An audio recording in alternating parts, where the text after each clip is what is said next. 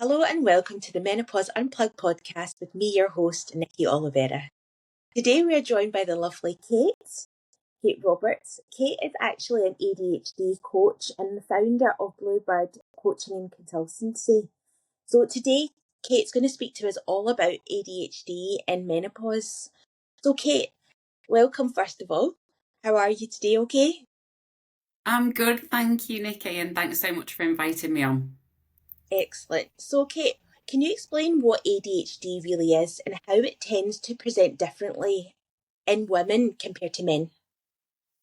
Yeah, sure, no problem. So, yeah, ADHD, lots of misconceptions around what ADHD is, what ADHD isn't. So, hopefully, we'll dive a bit more into that today for your listeners, Nikki.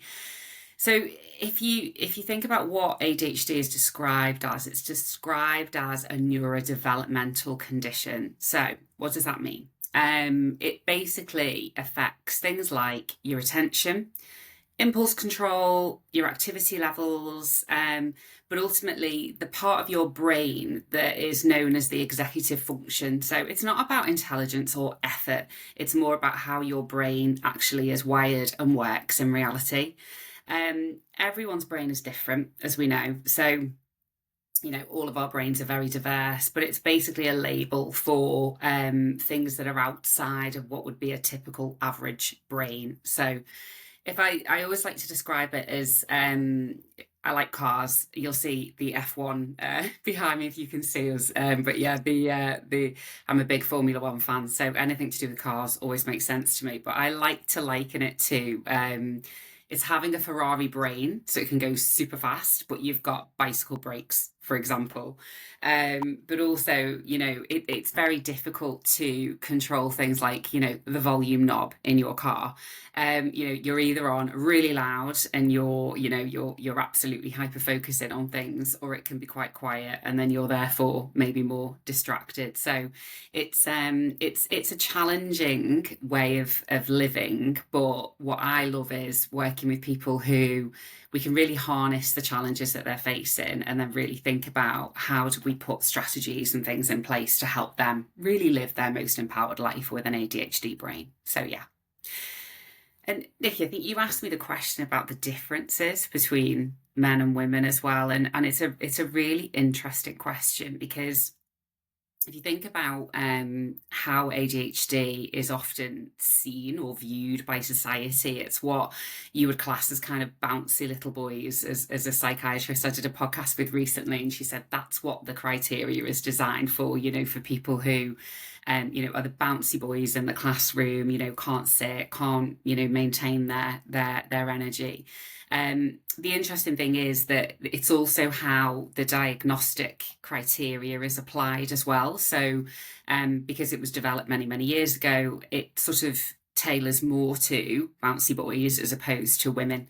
And consequently, women are underdiagnosed. And then later on in life, particularly when your hormones shift, that's when ADHD can then become maybe more challenging, maybe more problematic, and probably comes to the fore a little bit more.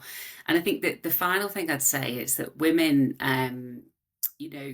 women are probably more typically people pleasing.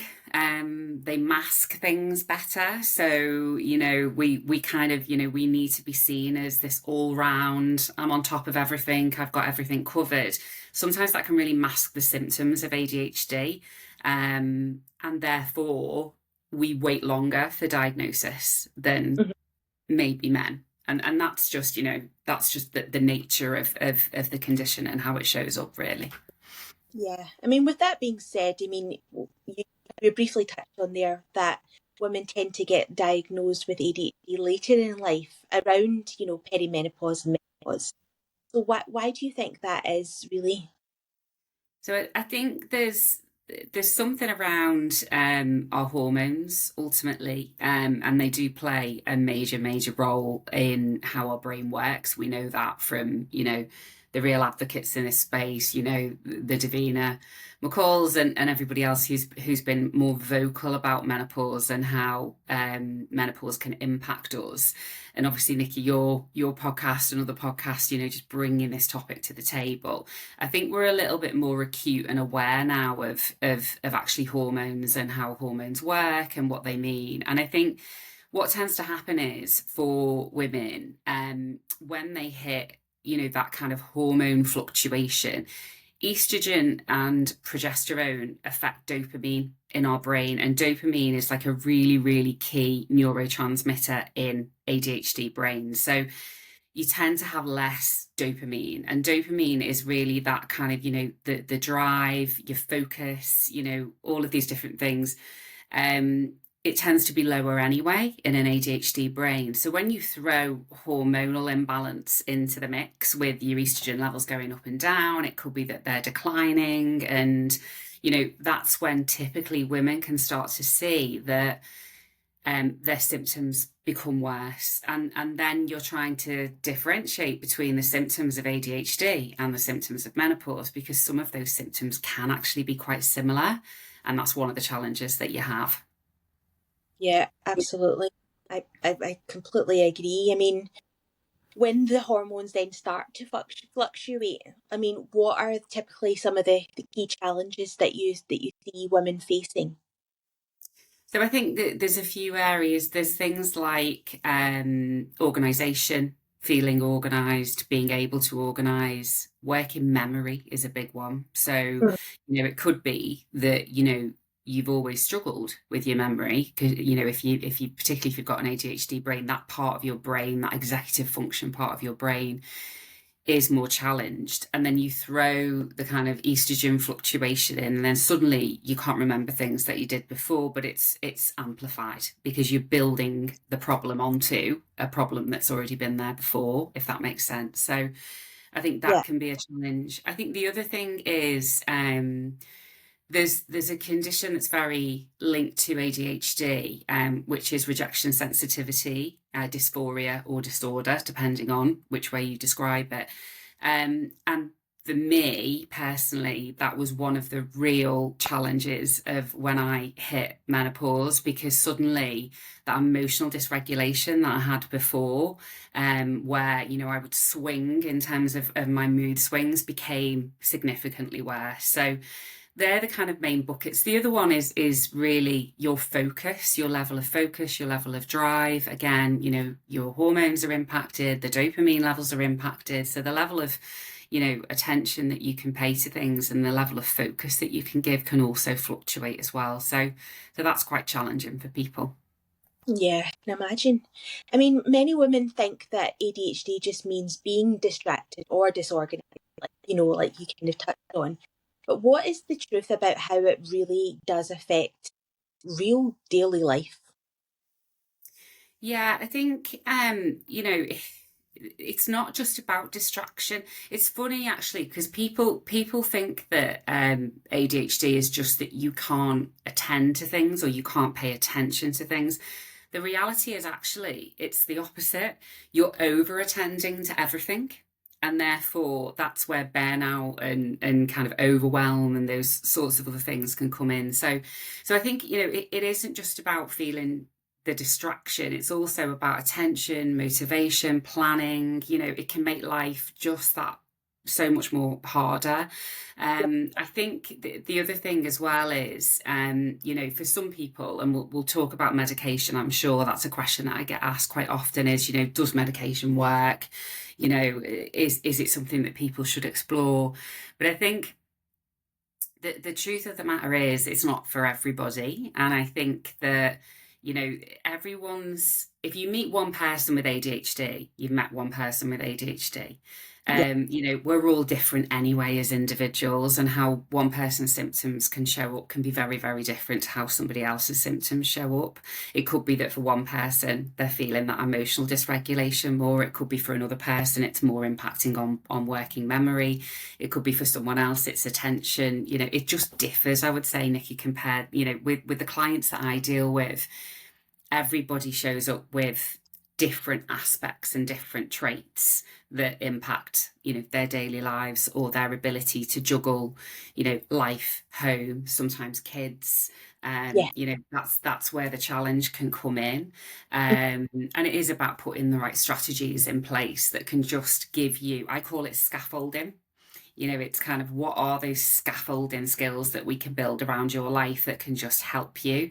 What are the non-negotiable things that can make you feel at your best when you have to struggle day to day with, your working memory, with the levels of distraction or overwhelm, or how you feel emotionally. So it can be quite challenging. Yeah, I bet. Yeah. So can you talk a little bit more about the misconception that ADHD only shows up in children or young people? Yeah, no problem. And I think, as I said before, that it is down to how the diagnostic criteria was originally developed. It's genderized in a way, which does make it more difficult, I think, for women when it comes to them going through their own diagnosis. And the questions that you're asked and the assessment that you go through, if you're somebody who, I know I did a lot of this in my younger days. I was very much a people pleaser. I was very much masking how I was feeling, hiding, the challenges that I had. And if that's sort of how you're operating, you're less likely to be diagnosed earlier. And I'll talk about, my daughter. If it's helpful, she was 7 when she was diagnosed, and that's what led me to my diagnosis. And that's quite a common pathway that women go through when they get diagnosed with ADHD, because if you have a child, they show with challenges or problems, and then suddenly it opens up the door for you to say, well, actually, these are the challenges that I've had, and I've had them all my life. When you go through your own journey, I think you realize that actually that masking and the things that I did, didn't help you in your younger days. And some of the ways in which you managed your ADHD probably didn't work in those days. But I think for me, having a daughter, I've been able to go on that journey with her and put the scaffolding around her. And that's one of the reasons really I started Bluebird, was to try and help other people not only advocate for themselves, but particularly advocate for their own daughters as well, and their own children. Because unless we're advocating and we're talking about it and we're removing some of the misconceptions about ADHD, then people will continue to have those misconceptions. So I'm pretty passionate about that, Nikki, as well. Yeah. Yeah, no, that's really interesting, actually, how Bluebirds all come about. So, I mean, we did touch slightly on medication and how most people think that medication is the only answer. But what's your take on it? Yeah, I think if you look at the research on medication, you'd say probably around 70 to 80% of people who take ADHD medication find that for them, it can help them with their symptoms, because what it's doing is it's sort of bridging the gap of how your own brain and your executive functions and your neurotransmitters, and how the, not to be technical, but how the sort of synapses between your neurotransmitters communicate with each other. That's, they're designed to be stimulants, to stimulate those parts of your brain to Yeah, help you overcome some of those challenges. And my own personal experience of taking ADHD medication, it had its pros and it had its cons. I personally don't take medication anymore, but it's a very, very personal choice. And I think people have to go on their journey of trying different medications, obviously under the full supervision of a psychiatrist, because, that you have to make sure that you go through the correct route, the right diagnosis route, the right support, the right medically qualified person to help you on that journey. But for me, I found it very almost zombie-like for me. That was just my experience. And I remember, my sister saying to me, I laughed at something. I think I'd been off my medication for about, 6 or 8 weeks, and I laughed at something, and she said, "Oh my God, sis, it's so lovely to hear you laugh again. I haven't heard you laugh like that in a long time." And I think you don't realise that actually you're great and you're able to do work in a different way and you're feeling a lot more functional, but actually your own personality, is you have the highs, you have the lows. I had the giggles yesterday in the office, and I can't stop. When I start, it's like the one of the sides of an ADHD brain for me is when I start laughing, I literally just cannot stop laughing. And everyone else was laughing in the office saying, God, thank God, today you brought your personality and you've lifted the mood in here today. And sometimes you miss that, I think, when you're going through that. For me personally, it just didn't feel like I was my full self. But I think it's an individual choice, and people have to respect those choices that people make. And obviously, if someone's listening who is supporting, a loved one or a relative going through their own ADHD journey, I think it's just about being patient and supporting them through that as they try different things. I think the final thing I would say is to go back to, your psychiatrist when you do try medication, because sometimes the first or even the second medication might not be the right one.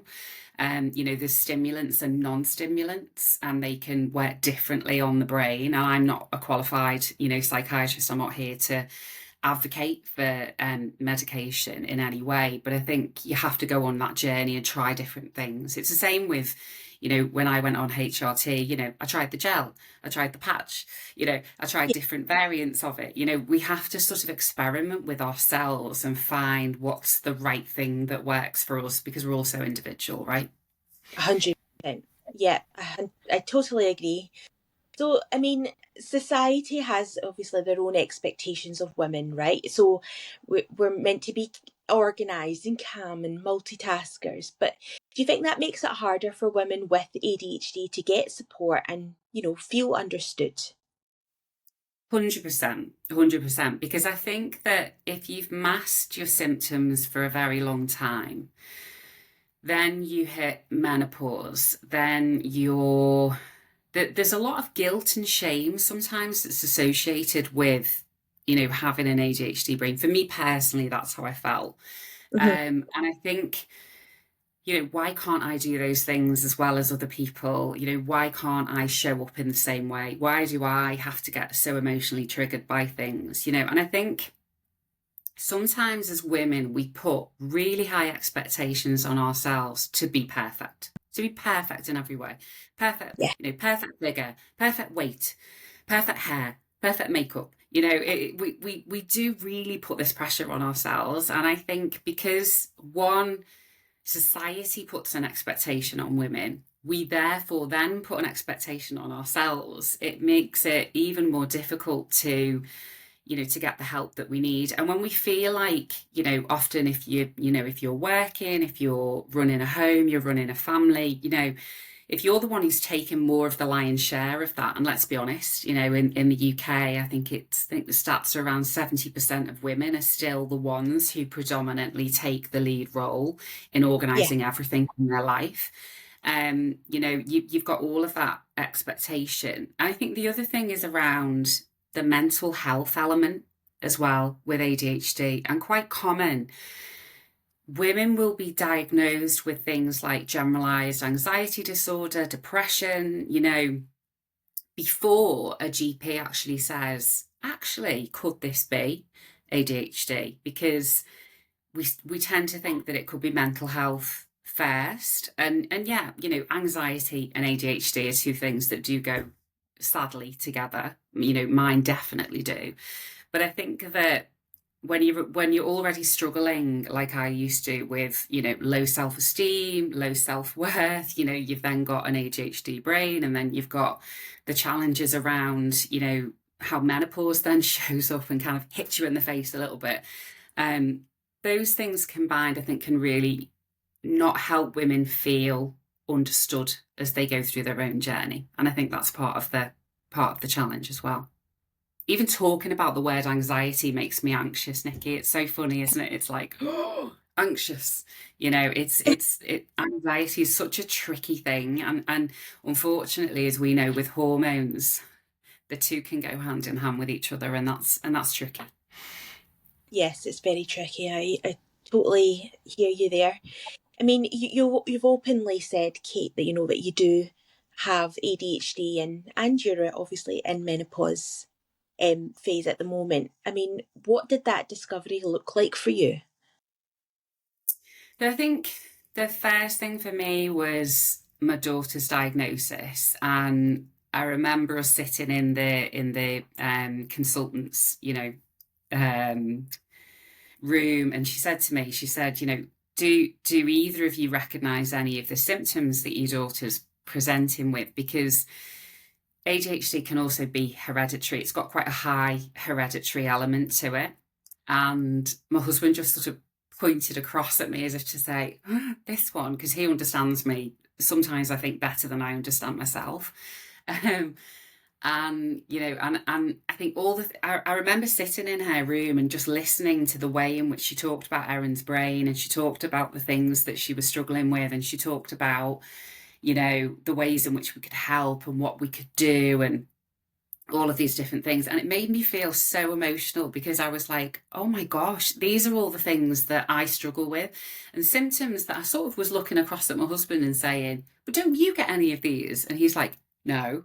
And it was like a light bulb moment. And I remember, I don't know if you've heard of Garba Mate, quite a controversial figure in terms of how he describes ADHD. He comes from a theory of there's a lot of trauma based. People who've experienced trauma when they're younger are much more likely to have ADHD, and whichever theory you kind of listen to around this stuff. But I listened to his audiobook. I remember running through the forest near home and just thinking, oh my gosh, like tears streaming down my face, thinking, this describes my journey. This describes my experience. It really, really hit home. And I think you go through, I would say it's like a grieving period, if I'm honest. It's almost like you go through this, oh, what could I have become? I remember failing my GCSEs, and it's funny, I've got twin girls, they're going through their GCSEs right now. And I remember vividly failing my GCSEs. And it wasn't because I wasn't smart enough. It was just because I couldn't hold that amount of information in my memory to be able to, to be successful in that way. And I Yeah. think that, that's the challenge, really, that you have these light bulb moments, you go through your own kind of grieving process, and then you move into this phase of acceptance and self-advocacy, which is, what can I do? Where can I support myself? And that's one of the things that I love to do now. Is my symptoms, have been hugely problematic for me right the way through my life. But when you hit the point of thinking, okay, what can I do differently to support myself? And I've gone through that journey for the last 8 years now. I've put a lot of strategies in place, which I'm sure, we can talk about. But then it comes to, it's almost like the final phase is almost like you want to become an advocate for others, an advocate for people who don't need to waste 8 years, don't need to waste even 50 years. And it's not a waste. It's a recognition of, wow, no wonder I've struggled in the way that I have. But gosh, I'm so proud of myself now, that I've got through those struggles and I've come out the other side, and actually I can really help other people find their own journey. And that's what drives my passion. I work full time still now. I've got a really demanding job, day job. Bluebird is my passion. It's all, it's something that I do really just to support other people. And I've got a busy life, two 15-year-olds. It's crazy. But I think just to help people go on that journey of, what can I do to advocate for myself more? And also, advocating for others. I lead a neurodiverse community in the company that I work for as my day job. And we had a call with them yesterday talking about Christmas and Christmas overwhelm with an ADHD brain. And I just get such satisfaction from helping other people firstly show up as themselves and talk about their own experience. Mhm. to feel like they can be in a workplace where they're recognised and their challenges are supported with the right mechanisms and the right support from occupational health and other people. And three, just to be a leader in a business where people can look to and say, wow, okay, she's navigated life and actually she's done okay. Yeah. That's something that I can relate to. I don't need to, shut down, mask, hide myself away. I can be more vocal, and that's one of the things I'm so passionate. We've got, I think, 100 people now in our community. We're a big company, but we've got lots of people in the community, and that just gives me energy and passion and purpose. And sorry, Nikki, I'm probably talking for Britain, and you're like, God, I've got more questions. No, that's fine. I mean, obviously, taking from your story there, you recognised you had ADHD before you went into perimenopause. Am I right? Yes, Yeah. that's right. Yeah. So, with that being said, then, did you feel like your symptoms intensified or shifted when you kind of entered the perimenopause phase? 100%. I think the challenges that I started to experience were around things like, look at me with my tactile. You can't see me if you can hear me, but I've got a thing about always wanting to have tactile things around me. I think the the symptoms for me were definitely working memory Mhm. worsened, like really, really worsened. Anxiety really worsened.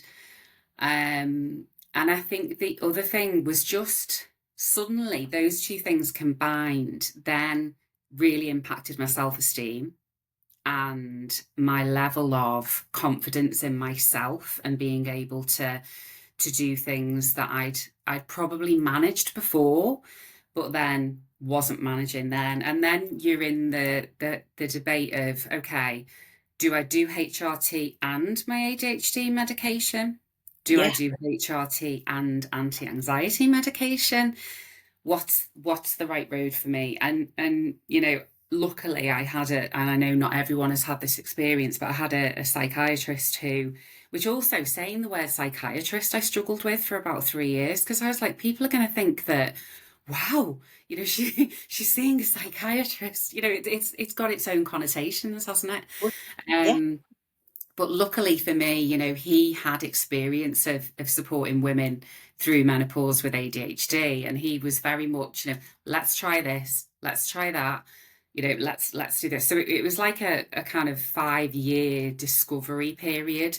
Where I'm at now is more, I'm focusing more on my estrogen and I'm Mhm. focusing more on my lifestyle factors than I am on ADHD medication because I feel like I've got the scaffolding Yeah. around me and a lot of that, you know, despite, and it was COVID as well, part of that period was COVID when my menopause symptoms and ADHD symptoms were at their worst because I'm more of a kind of, I get things done through relationships and connects with people.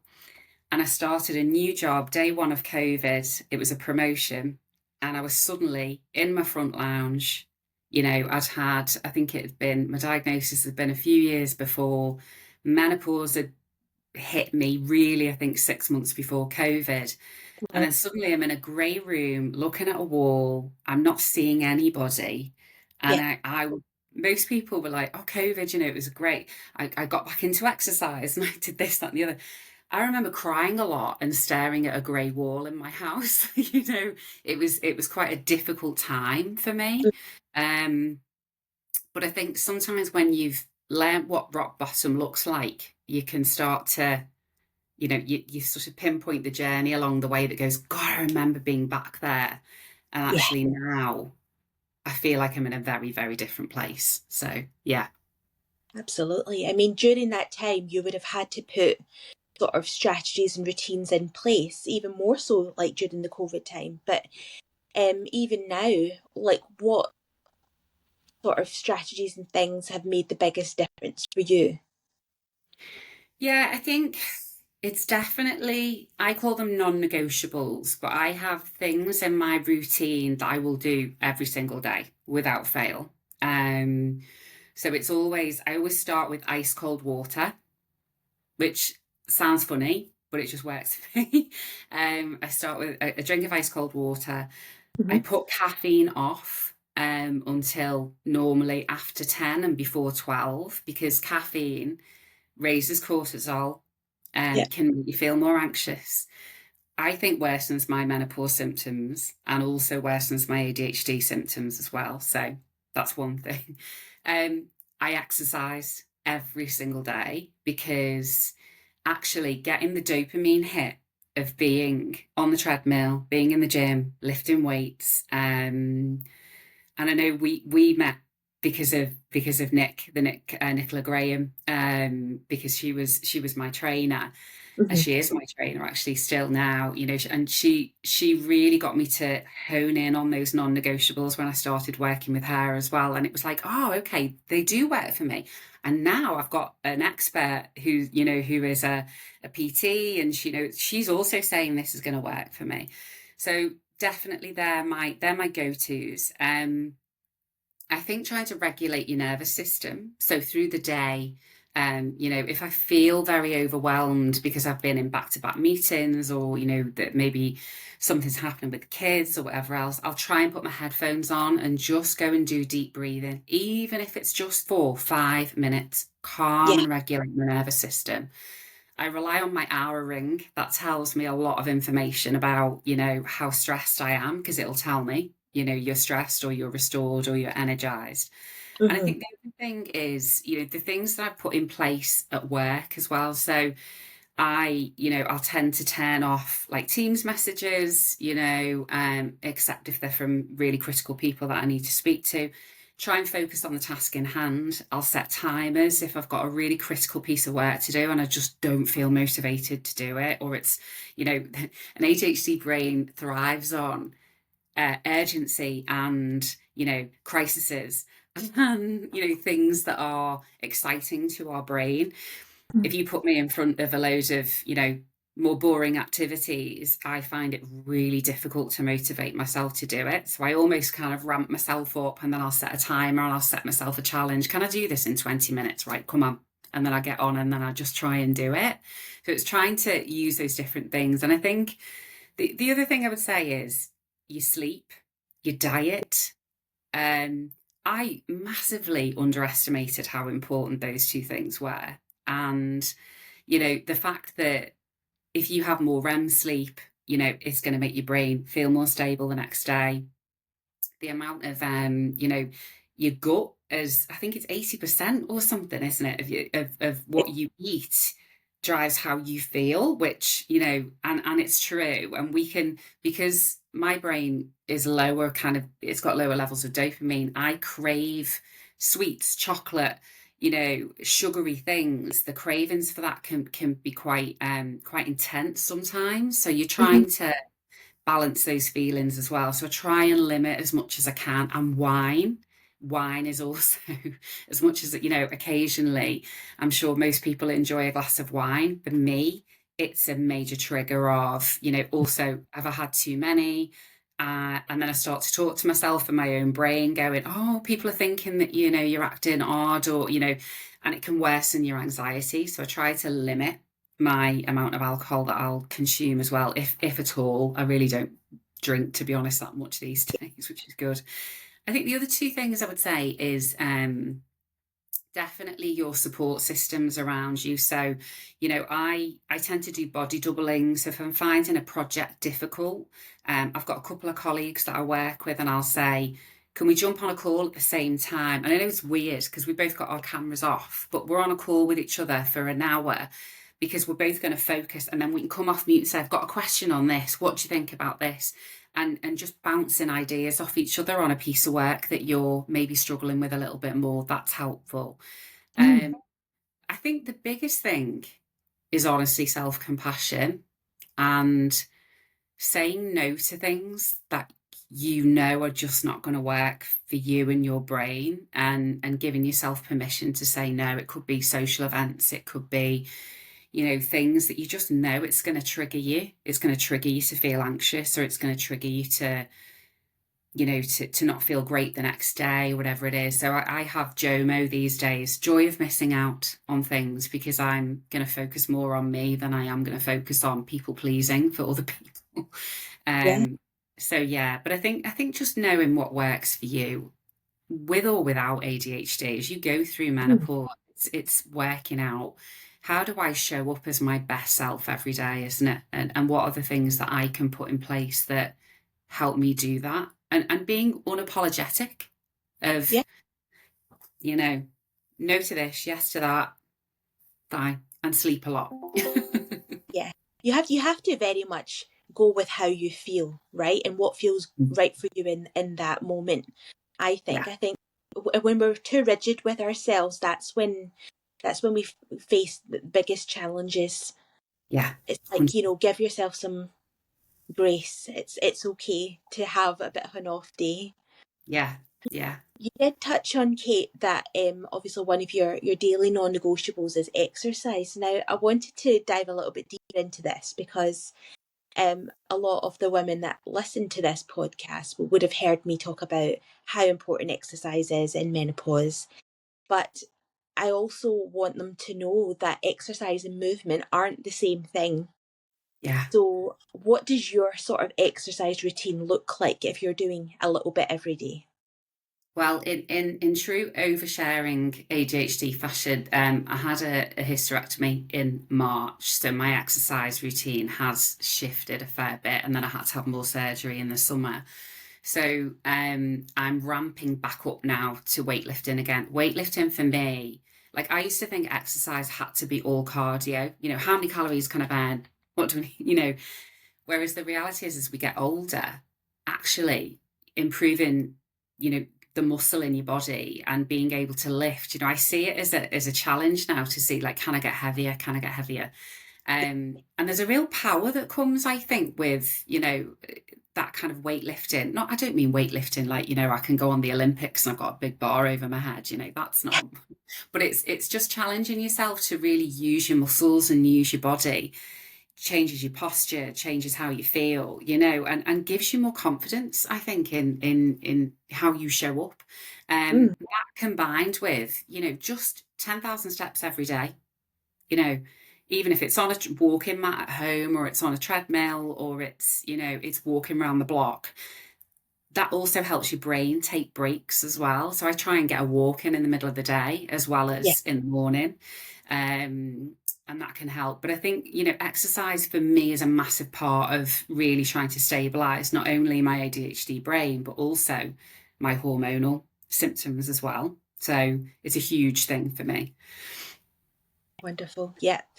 I mean, how has understanding your neurodivergence changed the way you approach self-care or like productivity? I'm not the perfect article. I still overwork and I risk burnout more than I would like. I think it's made me more considered about what I can and what I can't do. One of the things with ADHD is you can be quite time blind.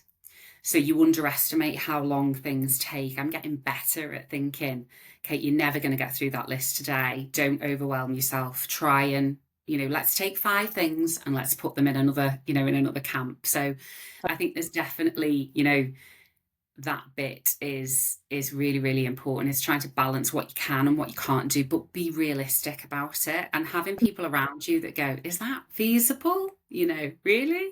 I think is helpful as well. Yeah. I mean, if you could go back and tell your younger self one thing about ADHD and menopause, what would it be? Great question. I think I would try and reassure her that everything's going to be okay. Yeah, It will work out in the end, and try not to be so fixated on how you feel right now, because what's the expression, that this too will pass, or this shall pass. yeah, I think that's how I sort of see it now. And I have good days and bad days like everybody else, even when you're a coach and you've trained to be a coach and all the strategies, sometimes my ADHD brain will just get the better of me that day. But I think it's just about self-compassion and saying to yourself, you know what, I tried my best today. I really tried my best. And as long as we're trying our best, that's the best that we can do, right? Oh, 100%. Yeah. That's all anyone can expect of each Yeah. other, Just do your best and then the rest will follow. The rest will But follow. for women listening who suspect that they might have ADHD, I mean, we know that, diagnosis is not the be all and end all, but if they even suspect that they have got ADHD, what sort of early signs or patterns should they look out for? I think it's trying to distinguish between, is this because these are menopause symptoms and actually, they've only shown up in the last, I don't know, year, 2 years, whatever it might be, since people have been going through their menopause journey. I think if you start to think that actually I've had these challenges probably all of my life, and actually the going into menopause have just it's exacerbated those challenges, then I think that's the time to go and have a conversation with, firstly, GP. GPs are getting better. I hear from the clients that I work with. I remember going to the GP very early in my own journey. She didn't really understand even what ADHD was. Now, 5% of the adult population, they estimate, have ADHD. So, Wow. GPs are getting a lot better at being able to identify it. And I think as well, don't people please in those conversations. Don't leave, a conversation with a GP without feeling like you've got a pathway forward. The waiting Yeah. list is still quite long on the NHS to get a proper diagnosis. But I think it's really that because the symptoms can be so similar. It's really thinking about whether or not this has been a much longer challenge for me, and actually menopause is making it worse. That can help. But yeah, and also they can sort of mask each other as well, which is quite difficult. But I think conversation with a GP is the first place to go, I would say. I have clients who are from a whole, array, people who suspect that they have it, but actually just want to put better strategies in their life. I have people who have been diagnosed for many years and they're just wanting to find those extra marginal gains on, how they are. I've got people who are going through, the process at the moment and awaiting their formal diagnosis. I think, whether you've got a diagnosis or not, it's how you feel day to day and what support you can put in place for it, and not worrying about whether or not you've got a label attached to you or not. I say a label as in a diagnosis, but I don't think it always matters for me. No, I I don't. It's just, I suppose, added reassurance that that you're not going mad. It's all in your head, but someone else is telling you and confirming that, yeah, that these are the reasons why you're facing those challenges. But like we said, it's not the be all and end all to have that. It's Yeah, how forward and how we manage our symptoms and really look after ourselves. That's yeah, important. 100%. So, what practical tools or techniques can women use to manage ADHD symptoms during menopause? I would say one of the things that's really helped me, and I work with a part of our business that actually is the tech part of the business. So I've been trying to pilot a lot of tech and apps, so things like Copilot, um, you know, um, but even without kind of using more technical support, like a lot of the AI tools now are so helpful, and can really, really help us do things. So I think when we're using some of those tools, it's helpful. I think the other thing is, I call it, scaffolding. It's the things we've talked about, Nikki, the your sleep, your diet, your exercise, the things that you put around yourself, how you protect your own self-care. And then I think the other thing, is we've talked about medication, whether it's a yay or a nay, whether or not it's HRT or it's more, you're going down a herbal route, whatever it might be. I think it's just trying different things and seeing how they work for you, obviously under the guidance and direction of a GP.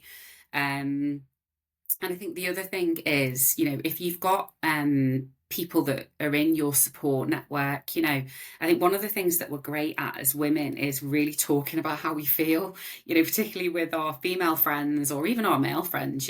That's one thing I think that we can use to our advantage. I go for lunch with one of my very close friends every couple of weeks, and we call it our therapy session because there's no judgment. We can talk about all the things that are really bothering us or making us happy, and we come out uplifted from, an hour and a half with each other. But I think it's reaching out to that support network and really putting that in place. And, obviously I'm a coach. So, coaching is one element, but it's not the only element. It's not the whole picture. Coaches can be helpful. I have my own coach, I'm meeting with her later on this afternoon. But it's one element in addition to many, many other things that you can do. I think coaching is great for holding you accountable. I know today I need to connect back with her on some of the commitments that I've made to myself over the last few weeks. So that's what I love about coaching. It drives that accountability so that you don't drift. And actually you can get a bit more focused a bit quicker on the things that you need to do. So, yeah. Yeah, coaching definitely removes the overwhelm. 100%. Yeah. So before we close today, Kate, what final kind of pieces of advice or reassurance do you want to give the listeners who are, actively struggling to make sense of their situation right now? I think the first thing would be to, take a step back and breathe for a minute. I think I love to at night just really think about the things that I am grateful for in my life, because sometimes, ADHD brains can be very prone to negativity. It's like, oh, these things aren't working, and frustration and emotional instability. And, but actually I like to just step back and think, I've got a warm home, I've got a cozy bed, I've got my dog, all the things that you have got in your life. And then I think then it's how can I show up as my very best self? What are the things that I can put in place to help me? What am I going to start to say no to? What are going to be my non-negotiables? What am I going to start to introduce in my life? How do I advocate for myself more with people who maybe put pressure on me or, who don't help me in those ways? And I think it's just, it's those little steps. I call them marginal gains, but those little things. We think that we have to be perfect. And I know it's a kind of female mindset sometimes. I need to be the perfect shape, the perfect weight, all of these things. But actually just like a 1% improvement every day, because you've tried something new or you've got a benefit from doing something different.